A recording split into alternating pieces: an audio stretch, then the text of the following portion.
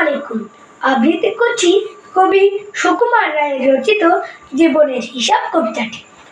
বিদ্যে বোঝাই বাবু মশাই চড়ি শখের বুটে, মাঝিরে কোন বলতে পারিস সূর্য কেন ওঠে? চাঁদটা কেন বাড়ে কমে, জোয়ার কেন আসে? বৃদ্ধ মাঝি অবাক হয়ে ফেল ফেলিয়া হাসে। বাবু বলেন, সারা জীবন মরলে রে তুই খাঁটি, জানবে না তোর জীবনটা যে চারিয়া নাই মাঠে। আবার ভেবে কহেন বাবু, বল তো দেখি ভেবে, নদীর দ্বারা কেমনে আসে পাহাড় হতে নেবে?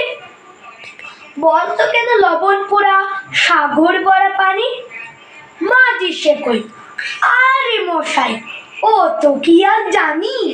বাবু বলে, এই বয়সে জানিস নিও তাকে, জীবনটা তোর হাত খেলি অছোয়া নাই পাখি।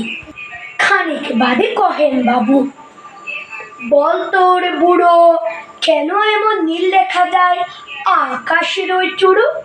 বল তো দেখি সূর্য চাঁদে গ্রহণ লাগে কেন? মাঝি সে কই, আমায় কেন লজ্জা দিচ্ছেন হেন? বাবু বলেন, বলবো কি আর বলবো তোর কি তা, দেখছি এখন জীবনটা তোর বারোয়া নাই বৃথা। খানিক বাদে ঝড় উঠেছে, ঢেউ উঠেছে ফুলে, বাবু দেখেন নৌকাখানি ডুবলো বুঝে ঢুলে।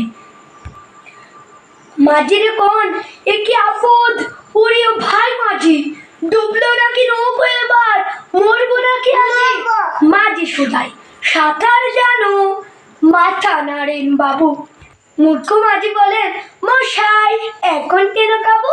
বাঁচতে শেষে আমার কথা হিসেব করে পিছি, তোমার দেখে জীবন খানা ষোলো আর নাই মিছে। ধন্যবাদ।